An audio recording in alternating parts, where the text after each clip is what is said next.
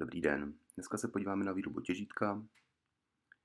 Samozřejmě určitě někoho napadne, že pokud nemám soustruh, nemám šanci to vyrobit.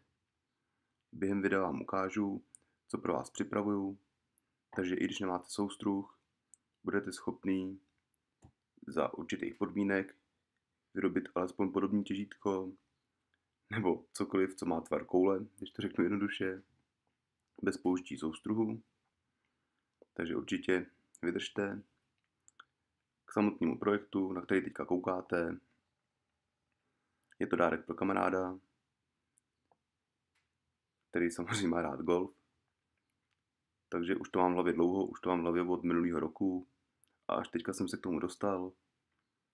Těžítko bylo odlitý během Vánoc. Měsíc jsem tomu nechal, než to šlo pak na soustruh. Postupy jsou furt stejný. Epoxid, který snese velkou vrstvu. Epox G1000. Je to z důvodu toho, že vrstva v kelímku byla vlastně až po hranu a jednalo se přes 10 cm o výšku, tak aby epoxid nevyhořel. Pak do tlakové nádoby, abych dostal ven bublinky, vyloupnout z formy a už jsem mohl jít soustružit. Ze spoda jsem si připravil už na začátku vlastně špalík s dírkou, kam jsem mohl uchytit trn na samotný soustruh, abych si udělal základní tvar a pak následně to mohl použít do sklíčidel. Celkový čas výroby celého těžítka je kolem 4 až 5 hodin. Záleží na drobných okolnostech. Není to úplně snadná aktivita a samozřejmě nejvíc zabere pak broušení celého projektu. Po soustružení jsem začínal hrubostí 80, což je teďka hrubostí brusného papíru 80, to je tady ten stav. A postupně opět celou dobu na sucho jsem pokračoval. Budete mít jednotlivé kroky, jak to přeskakuje, nebudu to nějak prodlužovat. Jsem přeskakoval až do hrubosti 3000 a následně vyleštil brusnou pastou. Za chvilku bude golfový balonek už vykukovat úplně ven. Po broušení 3000, což je teďka už poslední fáze, celý ten výrobek očistím od zbylého prachu a přejdeme na leštění brusnou pastou. Odkazy na brusnou pastu a další věci najdete pod videem, jako vždycky.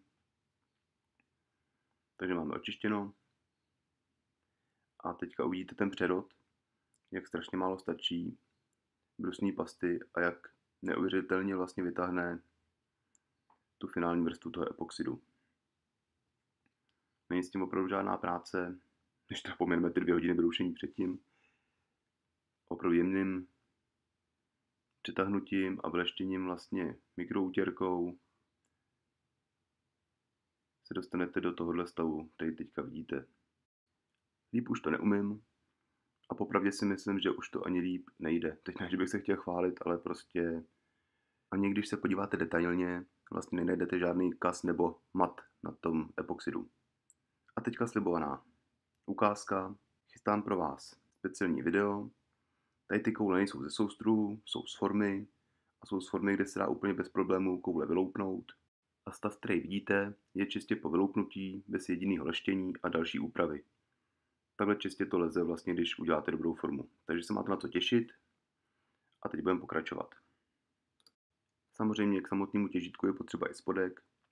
Zvolil jsem americký ořech a to z důvodu, že to je trošku do barvy hlíny, když to lehce přeženu. Takže zase nic složitýho. Nařezat, překreslit, už jenom vysoustružit samotný spodek vlastně k těžítku. Opět to trošku zabralo, ale to už není nic hroznýho. Americký ořech je celkem i měkký na soustružení. Dobře se s ním pracuje, takže nebyl problém.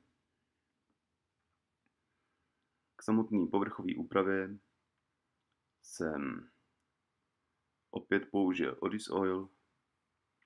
Měl jsem tam ještě nějaký zbytek vlastně z předchozího projektu, takže napustit, nechat zaschnout, přeleštit a tady je finální vzhled vlastně toho spodku. Výrobek máme kompletní. Uděláme ještě pár záběrů na čistotu epoxidu a pomalinku budeme končit. Jako vždycky děkuji za sledování, váš čas. Opět, kdyby někoho něco zajímalo, napište pod video. Mějte se hezky a naschledanou.